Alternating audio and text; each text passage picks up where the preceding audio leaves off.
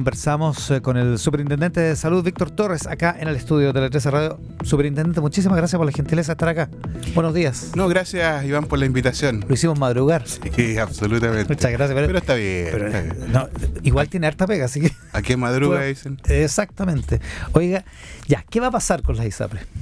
Bueno, esa pregunta bastante amplia. Es bien amplia, es verdad. Ya, pero vamos por partes. Vamos primero al detalle fino.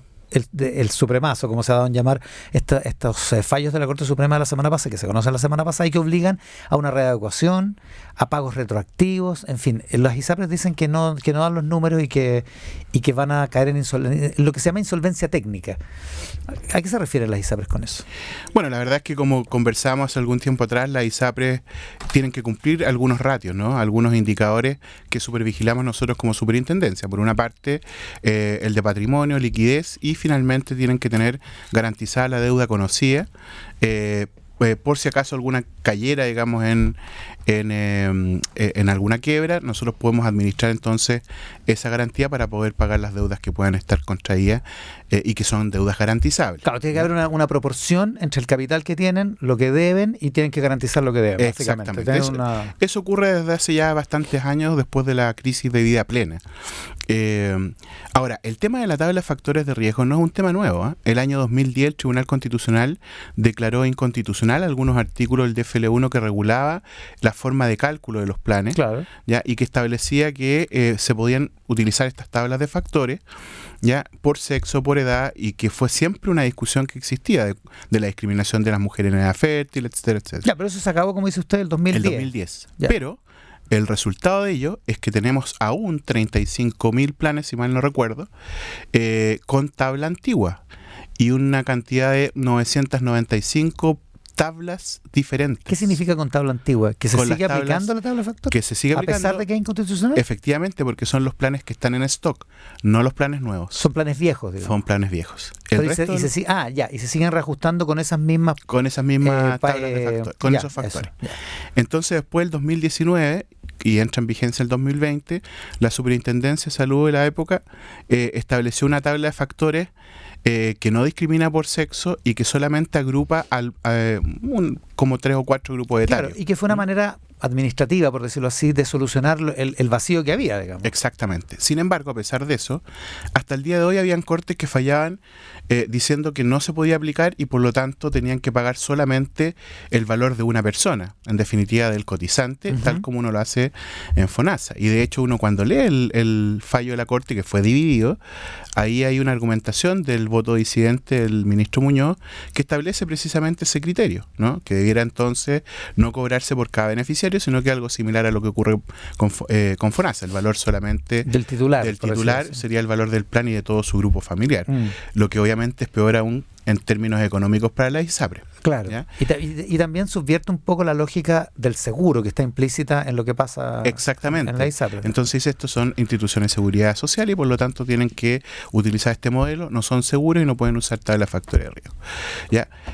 Sin embargo, los otros dos votos que dan la mayoría en la tercera sala sí acogen la tabla de factores de riesgo por primera vez de la superintendencia. Se reconoce y se le da su legalidad. Y eso termina siendo importante desde el punto de vista de la certeza, porque tanto los planes calculados posteriormente a esa circular están correctos, salvo por el grupo etario de 0 a 2 años. Entonces lo que dice la Corte y lo que tiene que hacer la Super ahora es que todos los planes existentes, que es uno de los problemas que tenemos, la multiplicidad de planes, que todos los planes se tienen que adecuar a esta tabla de factores que ahora es reconocida legalmente por la Corte. Efectivamente, entonces de ahí para adelante estábamos bien y de aquí para atrás esos 35.000 planes con tabla antigua, con 995 tablas antiguas, tienen que adecuarse a la tabla de la superintendencia con esta salvedad que los beneficiarios de 0 a 2 años no pagan.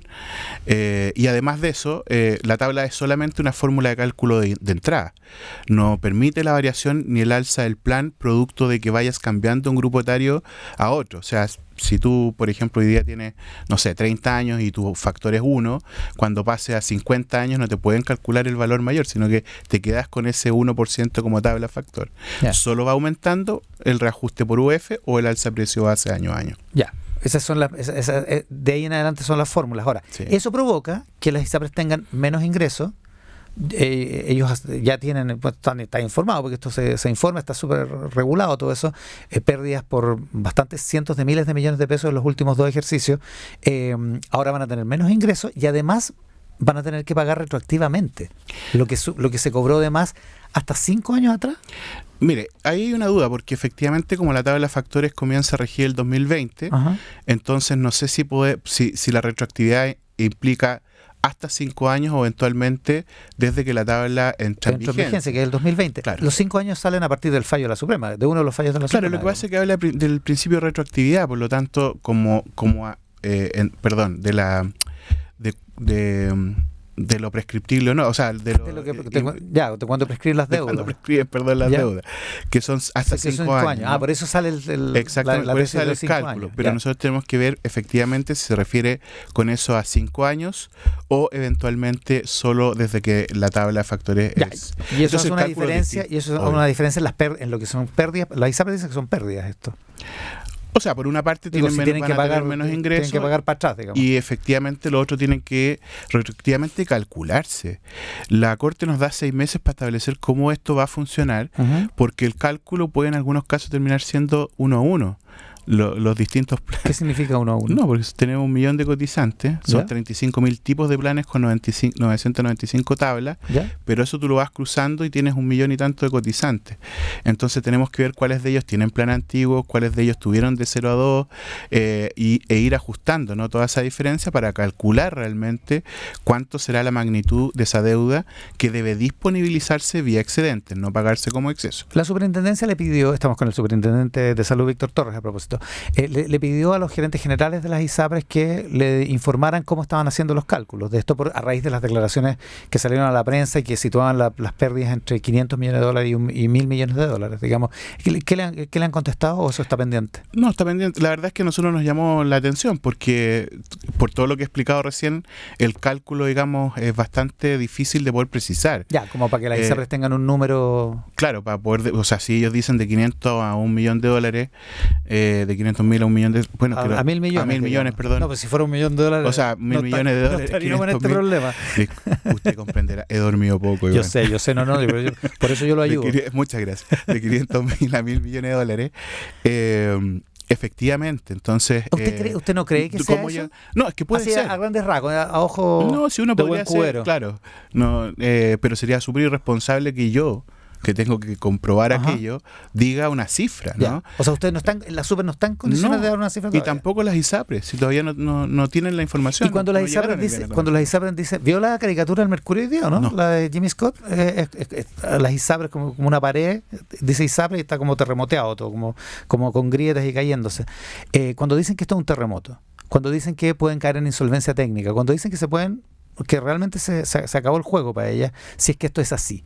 Si es que esto se confirma, ¿usted les cree o no les cree? O sea, primero, yo no sé por qué si se confirma. O sea, un fallo de la Corte Suprema. No, sí, es porque tienen que calcularlo. Ahora, todavía, claramente. porque eso es lo que está pendiente, el cálculo. Sí, claro. Ahora tenemos que ver el cálculo, tenemos que ver además la forma de disponibilización de excedentes. Es evidente que primero nosotros tenemos que cumplir la instrucción de la Corte, si no caemos. Y las ISAPRES también. Digamos. Y las ISAPRES también. Todos los chilenos, rigor. Estamos claros. No, porque si no caemos en desacato. Yo tengo una instrucción directa de la Corte, estamos mandatados. Y obviamente uno trata de hacerlo con un principio de racionalidad, hay que ser prudente, no vamos a hacer ninguna cosa que implique, digamos, una afectación mayor, pero tiene que cumplirse el fallo, eso es claro. Claro. Y claramente esa fórmula de construir la solución es la que también es relevante para poder ver de qué manera no afecta de mayor forma todavía la situación que están viviendo. Si le entiendo bien, se sigue lo que me acaba de decir, que ¿se puede buscar una fórmula que permita la continuidad de las ISAPRES acatando el fallo? O sea, lo que uno tiene que hacer es, en definitiva, buscar de qué manera nos afectan a los afiliados. Y esa no afectación de los afiliados, que es el punto central para nosotros obviamente como superintendencia, debe implicar también dar garantías de que estas soluciones o estos cumplimientos de fallo no generen obviamente una caída abrupta de un día para otro del sistema.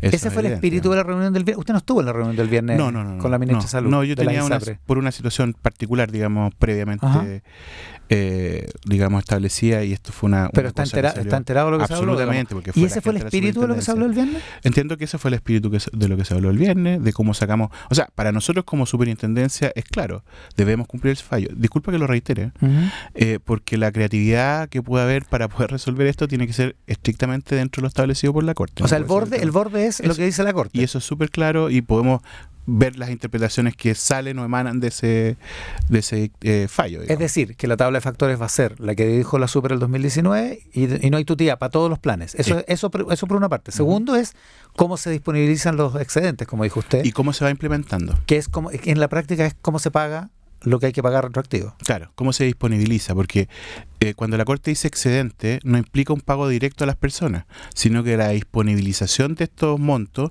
en las cuentas de excedente, que tiene un régimen general, no sé, la otra vez lo conversamos, donde la gente puede utilizarlo en farmacia, para el pago de las mismas deudas de cotizaciones, y si no, a la vuelta de un año puede obviamente pedirlo como dinero.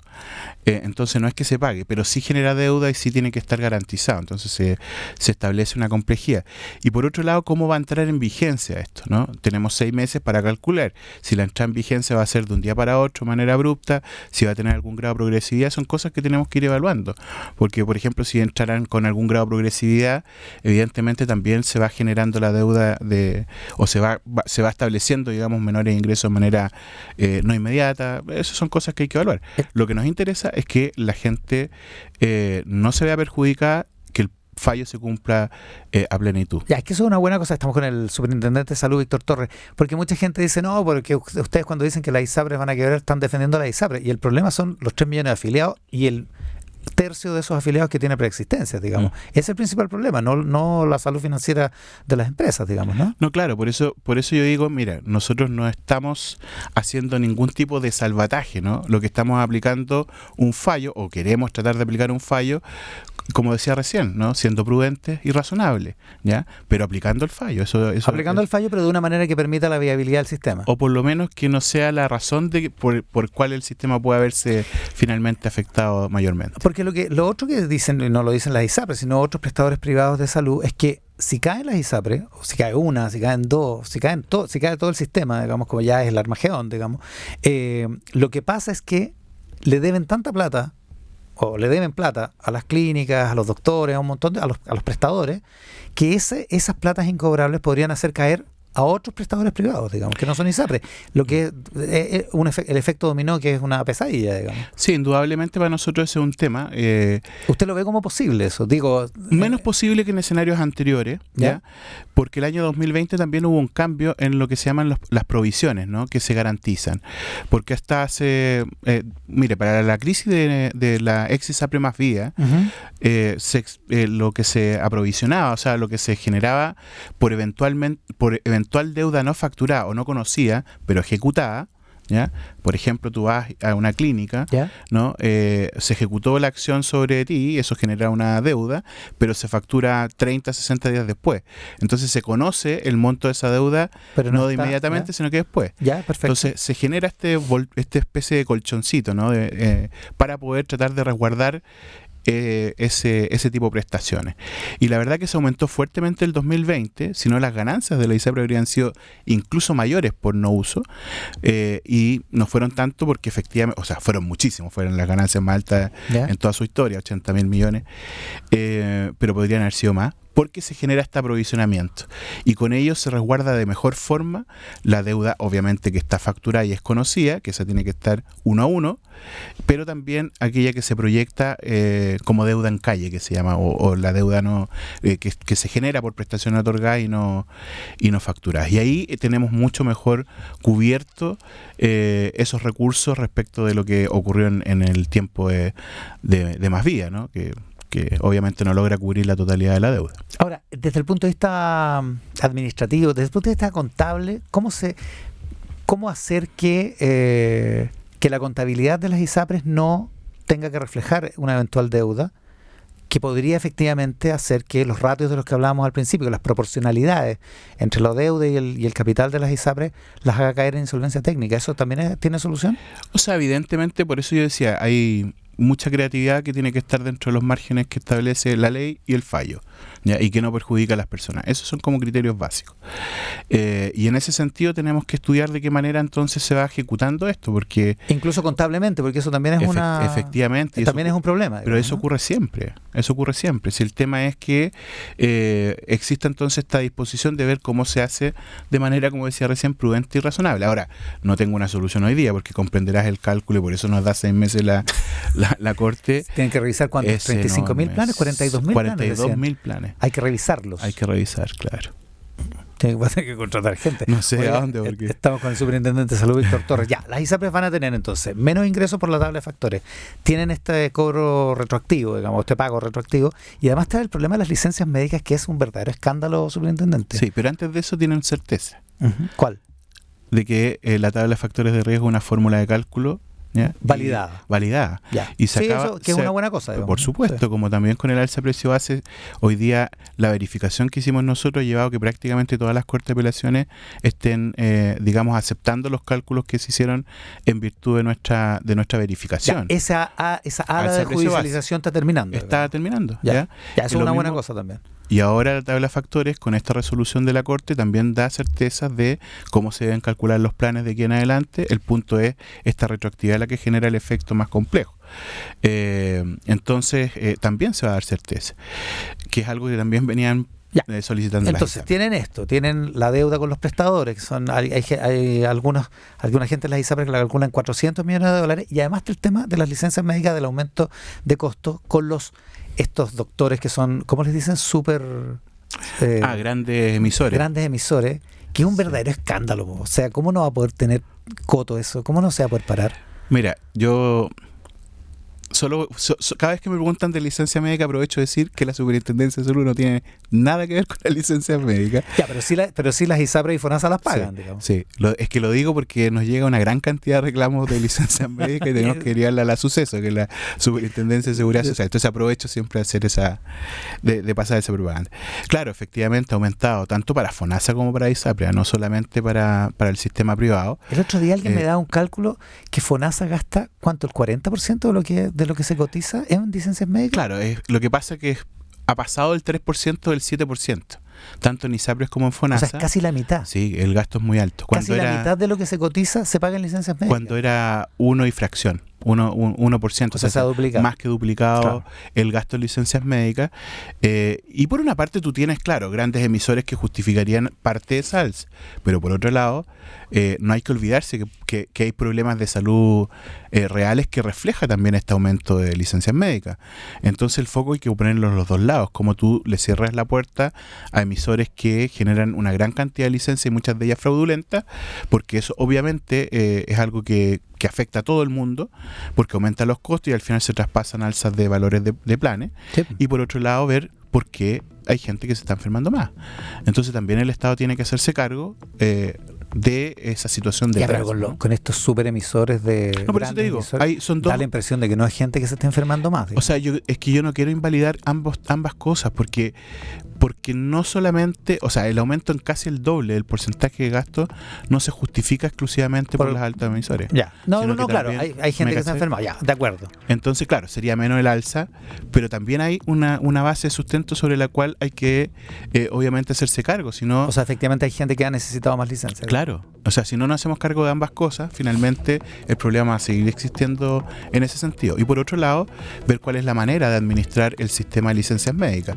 Es toda una discusión que me parece importante que tiene que darse para que no afecte de la forma en que afecta hoy día el gasto en las atenciones sanitarias. Superintendente, lo último, ¿se vuelven a juntar? ¿Cuál es el camino? ¿Se vuelve la asociación de ISAPRES, el ministerio? Hay una reunión con el ministerio, ¿no? O sea, esta semana hay una reunión, entiendo, entre los equipos jurídicos. Se tiene que analizar, obviamente, los alcances del fallo, porque nosotros estamos hablando muy en grueso hoy día, pero hay detalles que tenemos que ver cómo se traducen para poder ver efectivamente cómo se va dando cumplimiento más preciso. Ya, ese es el camino. Ahora, ¿usted puede garantizar que los afiliados de las ISAPRES, son 3,5 millones de personas, no van a tener problemas?